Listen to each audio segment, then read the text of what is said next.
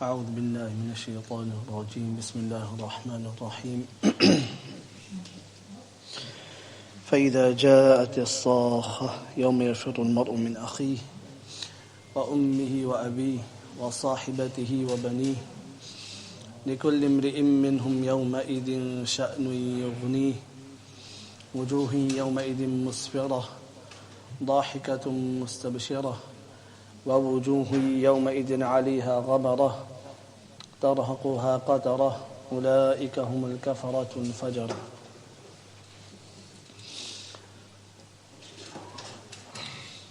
So those who rejected Rasulullah sallallahu alaihi wasallam and his da'wah, and they also never pondered over their creation, they never thought about the blessing of the Quran, they did not contemplate on their food and how it was created and who is behind the creation of the food. Then all this will lead to the Day of Judgment. There were those also who came to Rasulullah sallallahu alaihi wasallam to learn, who did want to take benefit from the Quran and the verses of the Quran, those who pondered over the creation of mankind, their own creation, and the greatness of Allah in how He supplies food, and how He enables the rain to come, and the sprouts to grow, and the vegetation to come, and then those who praised Allah, accepted Allah, and their end. So because of the difficulty of the Day of Judgment, where the world is not as we have known it, it will be destroyed, where the mountains will be like what we call candy floss almost, and the fires will be raging on the ocean, and it will be totally flat. فَإِذَا جَاءَتِ الصَّاخَةِ, and when the thundering sound will come, the screech, and out of this panic coming out of the graves, and the desolate nature of the Day of Judgment, and the people there, Rasulullah sallallahu alaihi wasallam in one hadith mentions that, and he was talking to Aisha radiyallahu ta'ala anha, that on the Day of Judgment, the people will be naked, barefooted, and uncircumcised. So Aisha radiyallahu ta'ala anha, because she was full of modesty, asked, and anybody would ask, that will people see us when we are naked? Isn't it? That's the first thing you think.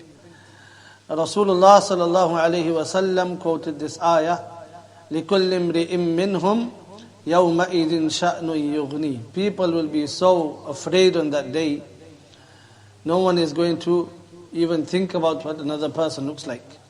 Yeah, they're going to be so in terror, fearful, frightened. They will have no time. The mental state will not be such that they'll be able to look at somebody else. That's how frightened they will be. يَوْمَ يَفِرُّ الْمَرْءُ مِنْ أَخِيهِ. A person will run away from his brother. وَأُمِّهِ وَأَبِيهِ, and will flee from his mother and his father. وَصَاحِبَتِهِ وَبَنِيهِ, and from his wife and his child.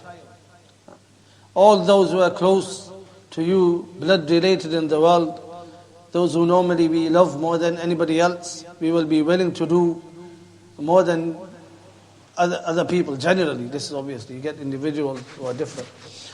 But generally a person loves, and I did mention last week, the combination of love and responsibility, both. The child is first, and then the wife, and then the mother and the father, and then the brother. It goes backwards. So if you're talking about levels, then it goes from low to high. But it doesn't matter, a person will run away from all of them. Why? لِكُلِّ امْرِئٍ مِّنْهُمْ يَوْمَئِذٍ شَأْنٌ يُغْنِي. A person will be so preoccupied with himself and his own state and his condition and his fear of what is to come, he will have no time for anybody else. He will have no time for anybody else. This is how much panic there will be in the person's heart. Concern for himself will overflow.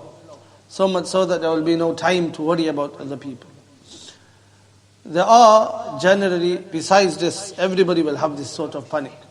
But there are, even example, Anbiya alayhimu salatu wassalam, when the nations will come to them, many of them will say, Nafsi, Nafsi.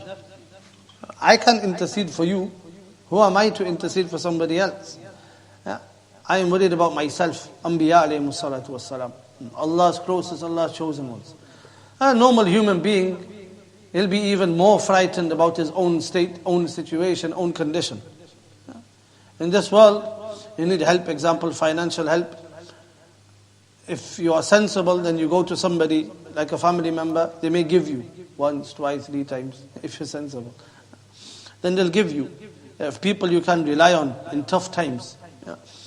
However, on the day of judgment, they will be so worried about themselves, they will think, I have nothing to give you. I need everything myself. My deeds, whatever I done, I need it for myself. Number 2, it can't be that you catch me and take things from me. Like we mentioned, the currency of the akhirah is a'mal, deeds. It's not money. Yeah, it's what you did with your money possibly, but it's not money itself. So, when the currency is deeds, when a person needs help, they will need help with deeds. When a person will take from you, they will take deeds. Example, when you talk about backbiting, Rasulullah ﷺ said a bankrupt person in the day of judgment will be that person who harmed another person, talked bad about another person, and then that person will come in the day of judgment.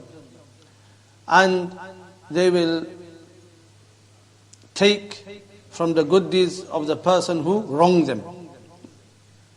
And if the person has nothing to give, then the oppressed will load their own sins on the other, on the oppressor.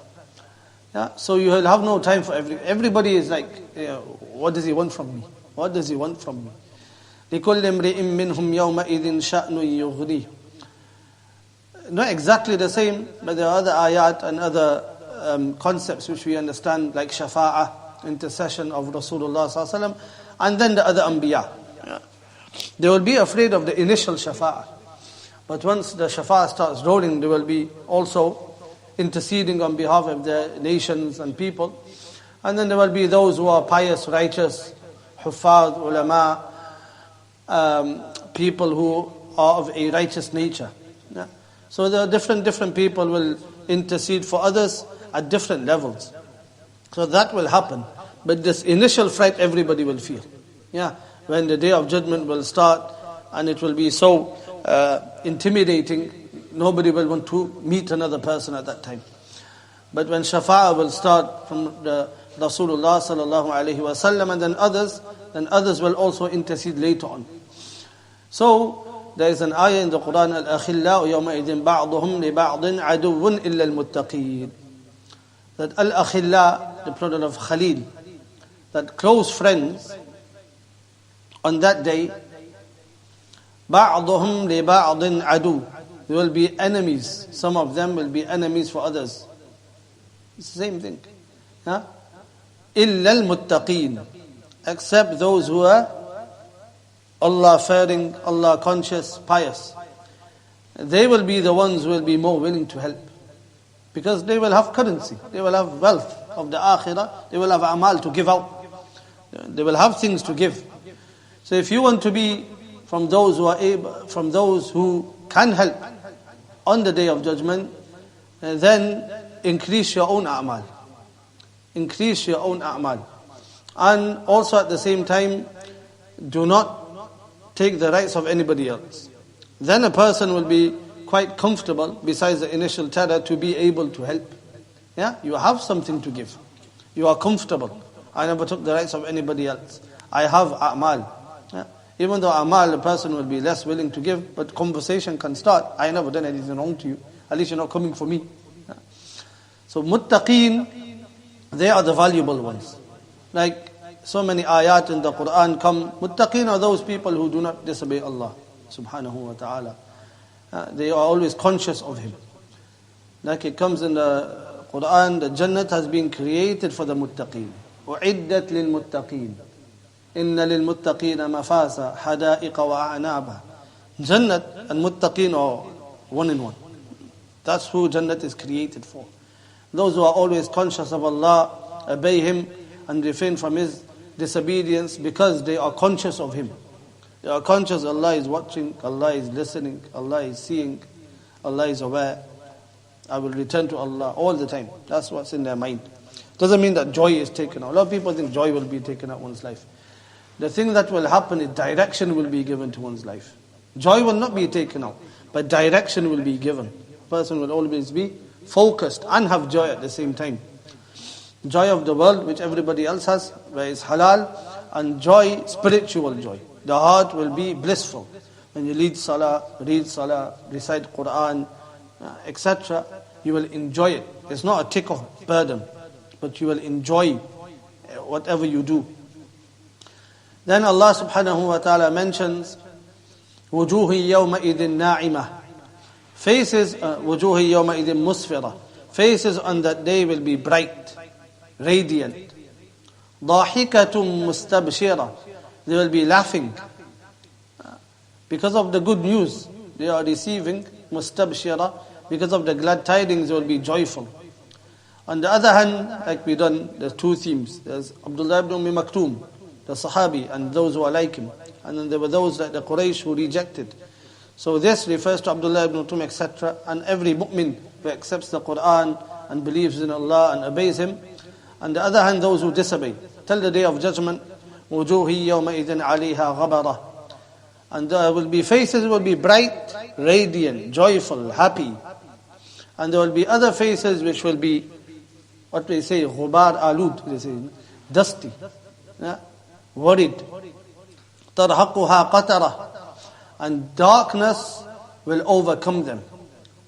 Even in this world, I've said this before, even in this world, when somebody is having a good time, enjoying the days, you can see it. When you look at their face, you can see he's having a good time. Yeah, he's happy. Yeah, Ali is always happy. You can see he's happy. More than happy. Yeah, you can see, mashallah, he's having a good time. He's enjoying this moment in his life, this period of his life. On the other hand, you see others, you can see that there's something wrong in this person's life. It doesn't look very well. Yeah, you can see today in Jummah, after Jummah, I noticed a person, I knew there's something wrong. So I went to talk to him. You can see it. Most people, when you look at them properly, if we look at them properly, then you can see this person has got some worries on his head. Yeah. That's the same people on the day of judgment. وُجُوهِ يَوْمَئِذٍ عَلِيهَا غَبَرَةٌ تَرْهَقُهَا قَتَرَةٌ. The darkness will be overflowing from their faces. Allah subhanahu wa ta'ala mentions, أُولَٰئِكَ هُمُ الْكَفَرَةُ الْفَجَرَةُ. These people will be gloomy. They will be those who are al-kafara. Kafara is like kafir. They will disobey Allah, they will disbelieve in Allah, al-fajara, and they will be disobedient of Allah. Meaning those people in this world, there are two things. One is corruption in belief. Corruption in belief, that's kafir. And corruption in actions is called fajir. Isn't it? The two terms famous. Kafir and fajir. And these are the plurals of the words. Kafara and fajara.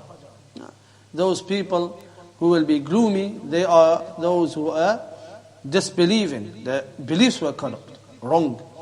And al-fajara, their actions were also wrong. So that's Surah Abas. And the theme of the surah first was those who come to learn. Those who come to learn. Those who do not be haughty, arrogant against a message which is coming from somebody who is trying to benefit them.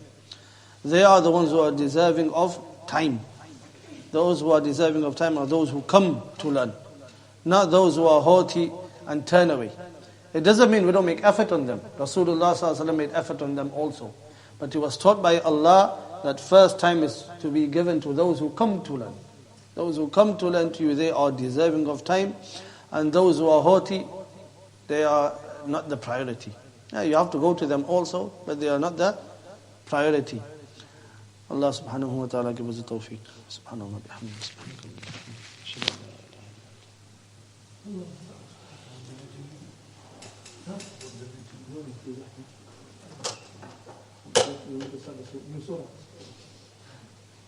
Eso